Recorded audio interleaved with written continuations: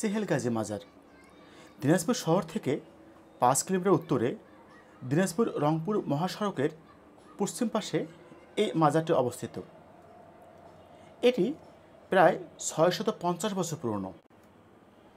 এই মাজার নিয়ে নানা কথা প্রচলিত আছে। চেহেল একটি ফার্সি শব্দ, যার অর্থ ৪০। চেহেল গাজী মাজার নিয়ে অনেক মতপার্থক্য বিদ্যমান। কেউ মনে করেন ৪০ গজ লম্বা পীরের মাজার, তাই এর নাম চেহেল গাজী। তাদের মতে নামটি হবে চেহেল গজি। আবার স্থানীয় জনশ্রুতি আছে ৪০ জন গাজীকে অর্থাৎ ধর্মযোদ্ধাকে একত্রে এখানে সমাহিত করা হয়। এজন্য এই স্থানের নাম হয়েছে চেহেল অর্থাৎ ৪০ গাজী।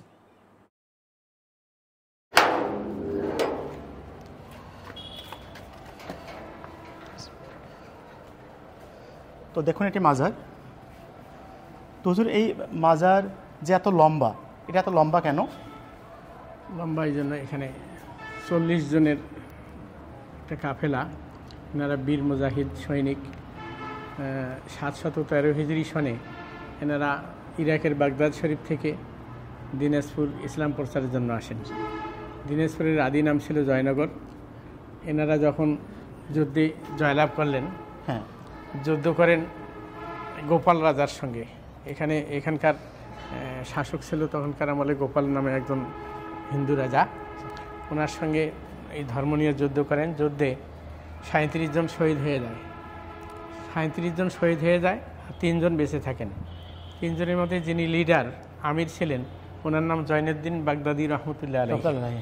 এনার নেতৃত্বে ৩৯ জন ইসলামের জন্য যুদ্ধ করেন। যুদ্ধে ৩৭ জন শহীদ হয়ে যায় আর ৩ জন বেঁচে থাকেন। এই ৩ জনে বিজয়ী লাভ করেন। পরবর্তীতে বিজয়ী লাভ করার পর এনারা স্বাভাবিকভাবে মৃত্যুবরণ করেন। এই লম্বা যে কবরটা দেখতেছেন, লম্বা মাজারটা, এই লম্বাটার মধ্যে ৩ জন আছেন। ৩ জন আছেন এখানে? ৩ জন আছেন। এই উত্তর দিকে যিনি আমির ছিলেন প্রধান, ওনার নাম জয়নুদ্দিন বাগদাদি রহমতুল্লাহ আলাইহি। উনি প্রথম দিকে, মধ্যখানে ওনার শিষ্য সাগরিদ একজন, তার পিছনে দক্ষিণ দিকে আর একজন। এই লম্বাটার মধ্যে ৩ জন আছে। ৩ জন আছে লম্বাটার মধ্যে। জি। আর বাকি ৩৭ জন এই চত্বরের মধ্যে, এই চত্বরের মধ্যে আছে। তার মধ্যে সকল কবর মনে চিহ্নিত নেই, তার মধ্যে এটা একটা কবর চিহ্নিত আছে। এটা আছে, যিনি এনাদের প্রতিদ্বন্দ্বী যে ছিল গোপাল রাজার সৈন্য সামন্ত, গোপাল রাজার সেনাপতি, তার নাম ছিল বলরাম সেন।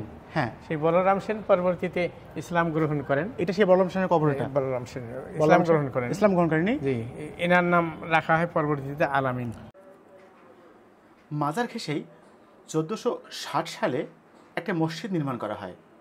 সুলতান রুকনউদ্দিন বারবক শাহ এর রাজত্বকালে তার উজির ইকরাব খানের নির্দেশে পূর্ণিয়া জেলার অন্তর্গত জোর ও বারুক অর্থাৎ দিনাজপুর পরগনার শাসনকর্তা উলুগ নুসরত খান এ মসজিদ নির্মাণ করেছেন।